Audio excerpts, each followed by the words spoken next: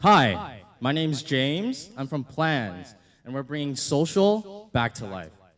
So ever since I started working a couple months ago, I've begun eating out by myself a lot because it's difficult to make plans with your friends when everybody has different work schedules and live in different areas of SF. And I've noticed in the restaurants that I grab dinner from, there are a lot of people who are also eating by themselves. But a lot of them, they're on their phones scanning their Facebook, Twitter, or Instagram newsfeed. Now, I'm not calling any of them out because I'm entirely guilty of the same exact thing. But if we're so inclined to know what our friends are up to, why are we so content with just their statuses and their posts and pictures when we could be potentially grabbing dinner and actually hearing it from them? Well, we asked some people why, and this is what they told us. If I ask around to see what people's plans are, they'll know I have nothing going on. What if they say no? It's hard to coordinate, and after some back and forth, it just never happens. So evidently, people use social networks as a sort of safe haven against the problems of plan making, vulnerability, and hassle and coordination. However, making plans and sharing experiences are the best ways to truly connect with people. And so we created Plans, a mobile application that minimizes user vulnerability and makes coordination easy through a matchmaking interface.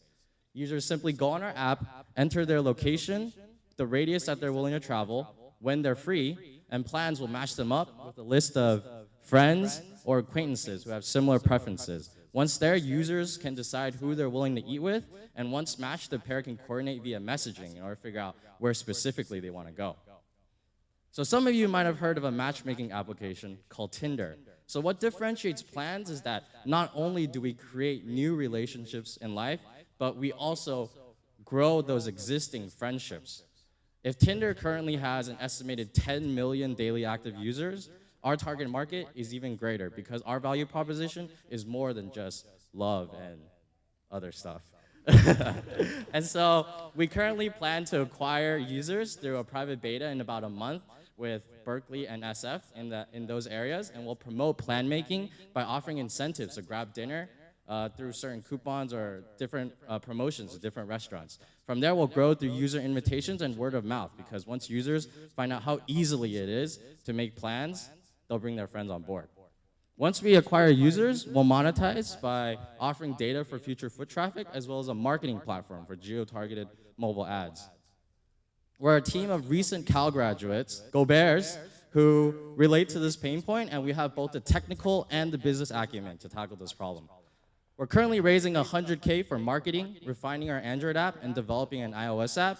And we believe Plans is the next wave of social. Rather than substituting our relationships with text and images via the internet, we'll help users grow their relationships by helping them look up from their phone, shut down their display, and live life the real way. Thank you.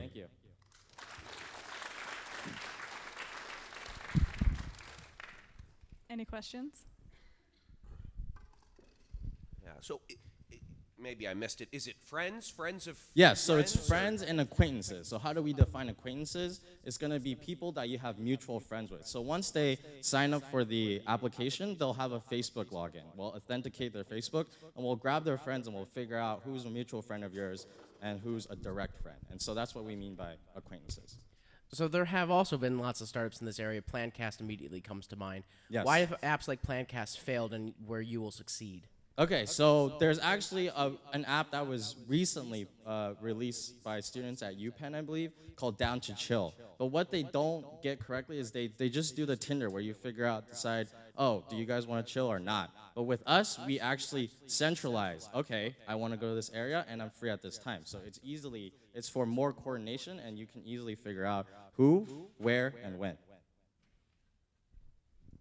So what's your plan for acquiring your first 1,000 users? So obviously our friends, because we love to hang out with our friends. But from there, I like to think of Plans as sort of a pod network. So you have pods of different people who are really connected, and then you have these links to these other pods. And so that's how we plan to get other users into our system. Because once you figure out that I can easily figure out how to find my friends to hang out, then you'll invite your other friends to come in, and that's how we sort of grow. Thank you.